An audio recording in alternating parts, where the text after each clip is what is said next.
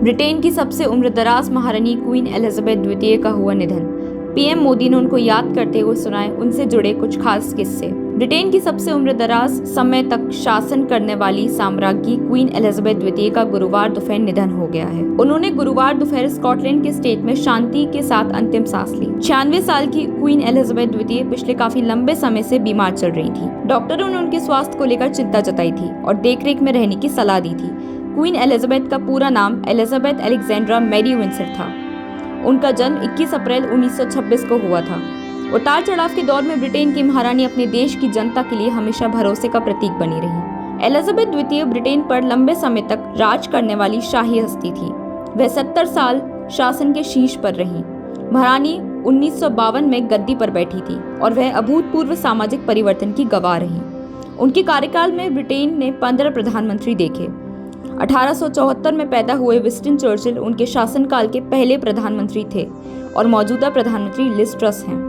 उनके निधन पर ब्रिटेन में राष्ट्रीय शोक का ऐलान किया गया है और देश के राष्ट्रीय झंडे झुका दिए गए हैं। वहीं कई देशों के राष्ट्राध्यक्षों ने भी उनके निधन पर शोक व्यक्त किया है।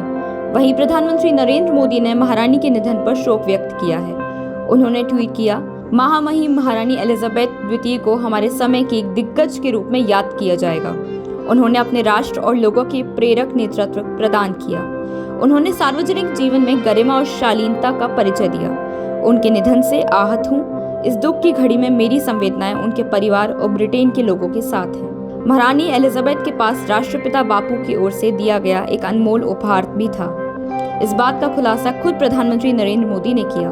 प्रधानमंत्री मोदी ने 2015-2018 में ब्रिटेन की यात्राओं के दौरान महारानी एलिजाबेथ द्वितीय से मुलाकात की थी। पीएम मोदी ने बताया कि महारानी एलिजाबेथ के साथ उनकी मुलाकात काफी यादगार रही। प्रधानमंत्री मोदी के मुताबिक एक मुलाकात के दौरान महारानी एलिजाबेथ द्वितीय ने उन्हें वह रुमाल दिखाई जो उन्हें राष्ट्रपिता महात्मा गांधी उनके विवाह के अवसर पर उन्हें उपहार में दी थी। इसी मंगलवार को महारानी ने लिज ट्रस को नया प्रधानमंत्री नियुक्त किया था। नए राजा के बारे में बात करते हुए लिज ट्रस ने कहा, हम उनके लिए ठीक वैसे ही अपनी वफादारी और समर्पण का भाव रखेंगे जैसे उनकी मां इतने लंबे समय तक कितने ही लोगों के लिए समर्पित रहीं।